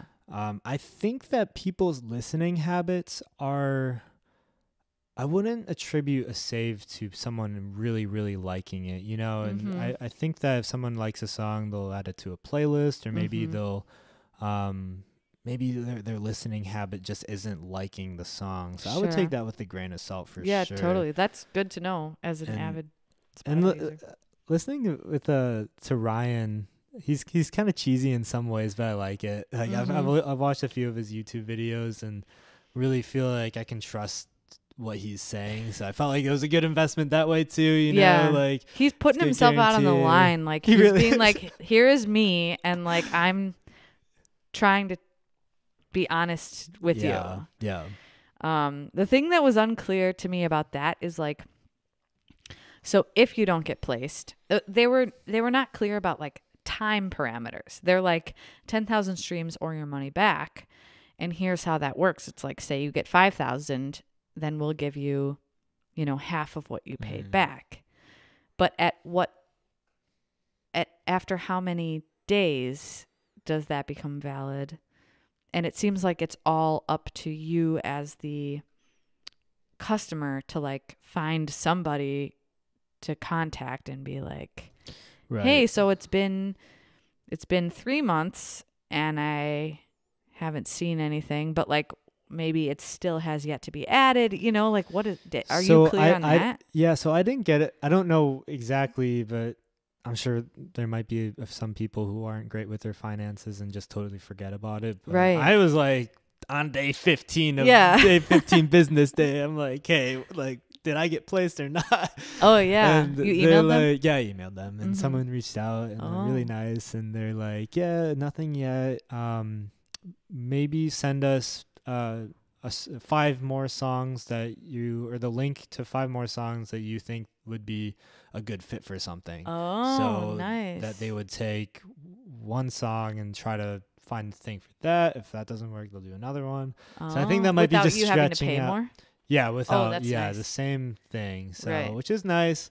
Definitely got to keep it in the back of my head that this is going on. Right. Because what if their business it has occurred to me that like if their business model is just to like hope that most people don't remember that they paid for this thing and then just never ask for their money back. Yeah. Like he could very much well have just an AI bot team of people responding to people like, yeah, just like an automated message. Right. Like, give me 5 more songs. Like I could have been talking to a bot rather than like thinking that this is a person. Right. How big is his team really? Yeah, it how just big seems is like his it's team? just him. But then how is he in contact with these playlists that have 70,000 people listening? I remember watching a short video that he partnered with this other company. I didn't look super deep into it, but the money back guarantee was a nice reassurance. Yeah. So I want to try this, but also my buddy Micah Emmerich is another Milwaukee artist and like the alternative everything kind of an alternative pop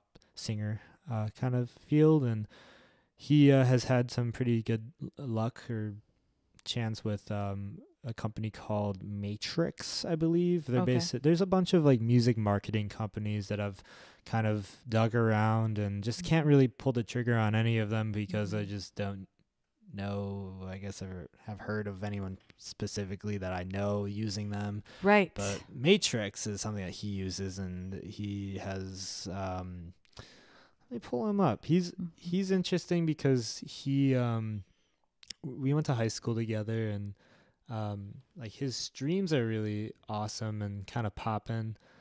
Like this is him, Micah Emmerich. Nice. He's got his whole thing going on. Mm-hmm.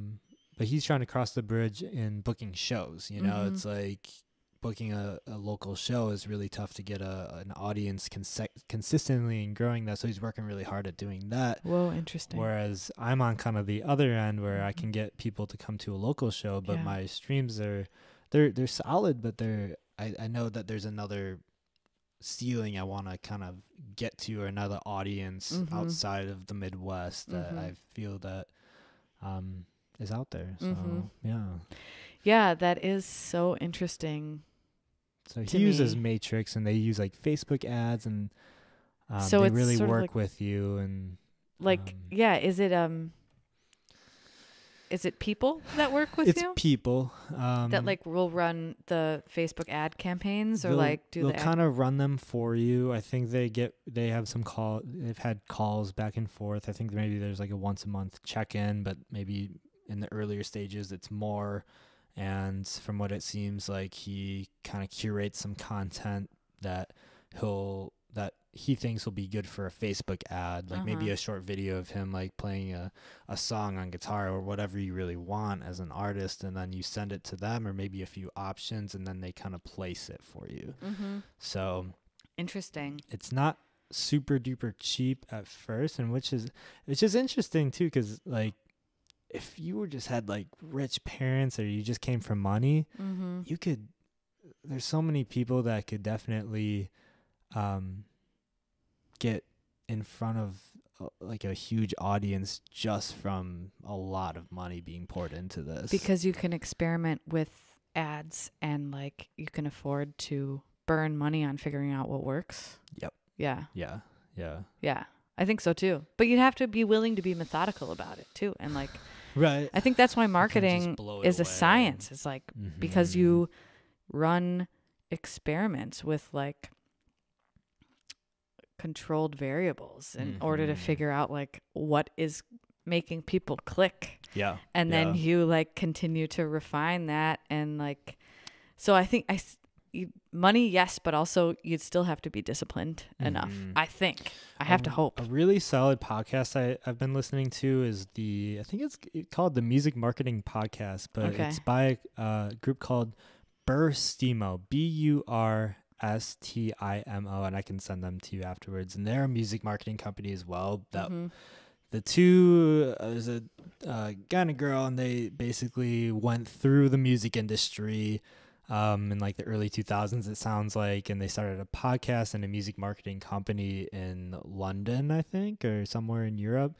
And they have a podcast, and they basically are very transparent with the music industry, and they really want to help out independent artists. And they have people from bigger labels come on and talk, and it's a really cool insight, and has taught me some things in like music marketing specifically. Cool. So where I almost did a campaign with them, but didn't, because it was so much money, and I've just kind of been waiting for the right chance. And I think I'm just waiting on the Ryan from Music Academy. Right. And then come on, Ryan, if you're out Matrix. there listening. Yeah, come on, give me do us a brother. solid. Yeah. So it is a science for sure. Yeah. Well, it makes me want to ask you, so like one thing that I observe is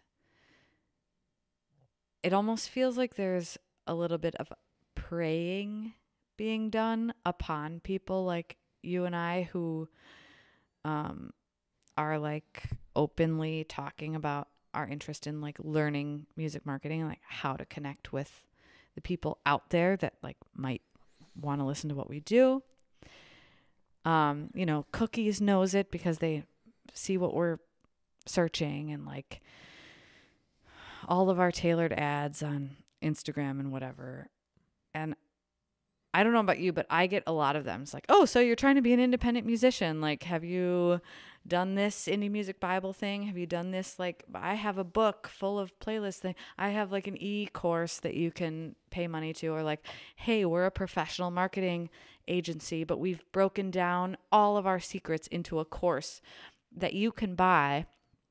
And I feel like there's like a lot of targeting being done towards us in order to get us to spend our money on like basically knowledge and information that is synthesized by people that like do this as a full-time job, because it literally is a full-time job, and convince us that like we can just add this to our skill set and then start like reaping all the benefits of advertising and like marketing and finding our target market.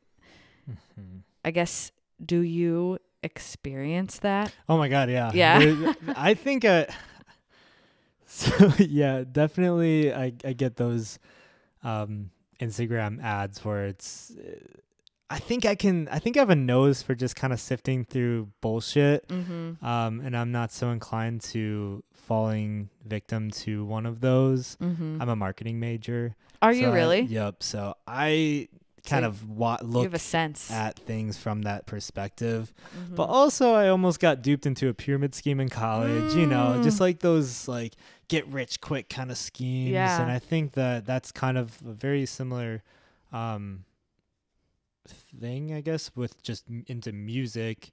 Like I think it's preying upon a lot of people who have maybe like 20 monthly listeners, and they're maybe just starting out in music, and they have maybe not a whole lot of community built around it or sense of it, but they see other artists on Spotify with a bunch of streams, and just having a bunch of streams to show people might look really attractive and make them look better, which hell yeah, that like a lot of streams makes you look like a certain appeal, and if people are listening to your music, it feels good. How many of those streams are fake? Like the big thing is like the fake streams. You really want to be cautious of those, and because there's apparently a lot of them, and you really I think Burstimo really hammered it into me that